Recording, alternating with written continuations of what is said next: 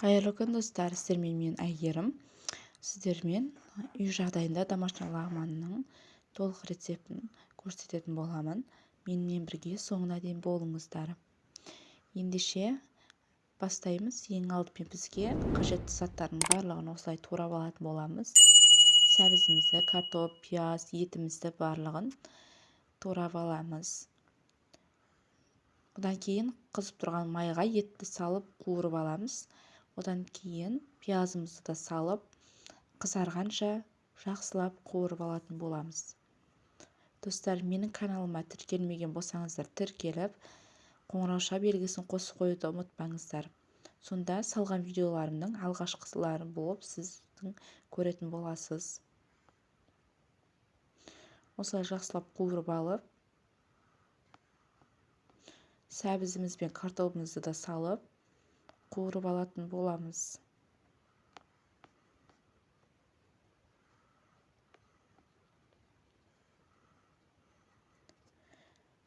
Толық рецепті мен описание бөліміне жазып қалдыратын боламын.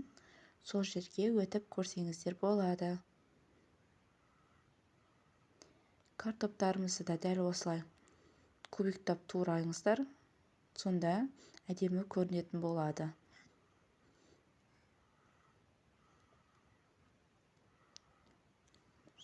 Қуырып алғаннан кейін үстінен қызыл мен көк болгар бұрышын турап салсаңыздар болады.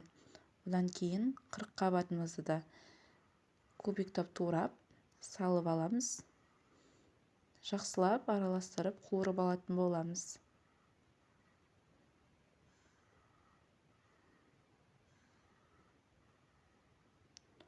Дәл осылай видеодағыдай жақсылап қуырып алыңыздар.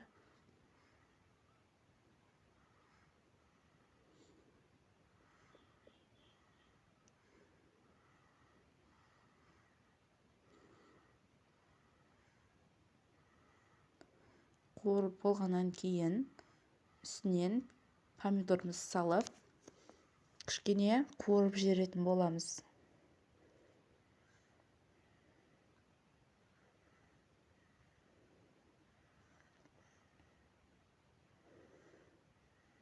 Помидорымызды салып, қуырып болғаннан кейін үстінен тұзымызды салатын боламыз.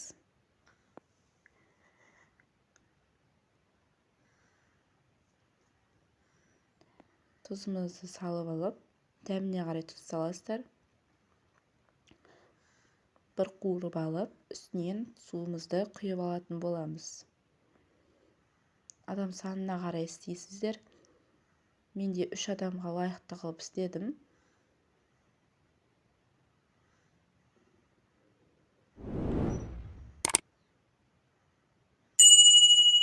Осылай пісіріп алдық. Қамырымызды, қолдан созылған қамырдың рецептін білгілеріңіз келсе, комментарий бөліміне жазып қалдырыңыздар.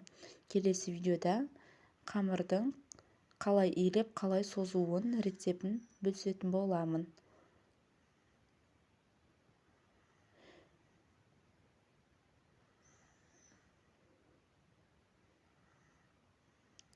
Барлығын осылай жайғастырып құйып алатын боламыз. Қамырымыз суға қайнатып алғанбыз.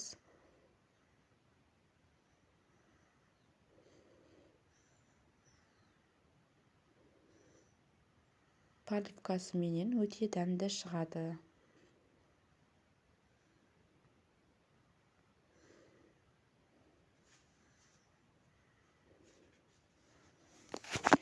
Лағманымыз дайын болды. Өте дәмді шыққан. Міндетті түрде жасап көріңіздер. Келесі видеода міндетті түрде